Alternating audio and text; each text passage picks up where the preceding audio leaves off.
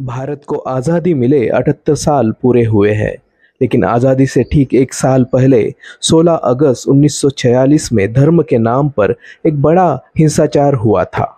उस दिन को मुस्लिम लीग और पाकिस्तान के संस्थापक मोहम्मद अली जिन्ना ने डायरेक्ट एक्शन डे कहा था। उस दिन बड़ी संख्या में मुस्लिम कोलकाता के रस्तों पे उतर आए थे और अगले कुछ ही घंटों में हजारों हिंदुओं की हत्या की गई थी।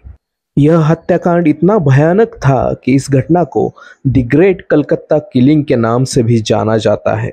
1946 में भारत आज़ादी के करीब था।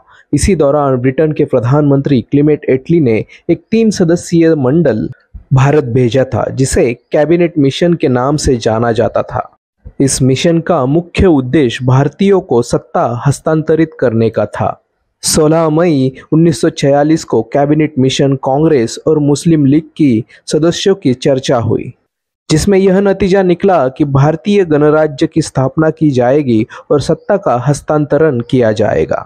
लेकिन मोहम्मद अली जिन्ना ने स्वतंत्र पाकिस्तान की मांग की और संविधान सभा का बहिष्कार किया। अलग पाकिस्तान की मांग पूरी करने के लिए जिन्ना ने डायरेक्ट एक्शन डे की घोषणा की, जिसकी तारीख 16 अगस्त 1946 तय की गई।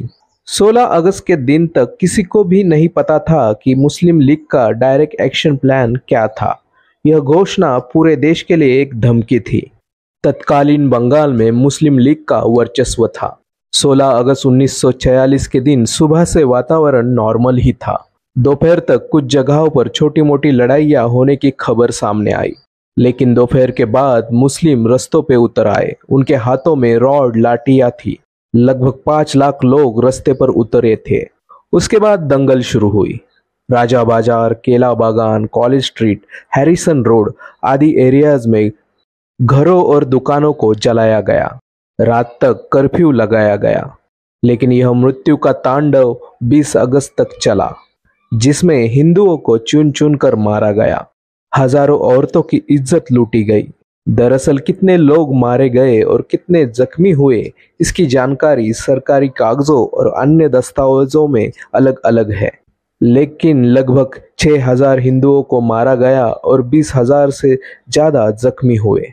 इसके अलावा न जाने कितने ही लोगों को हुगली नदी में फेंका गया और इस घटना की दहशत आगे के कई सालों तक बनी रही और आखिरकार भारत और पाकिस्तान का पार्टीशन हो गया।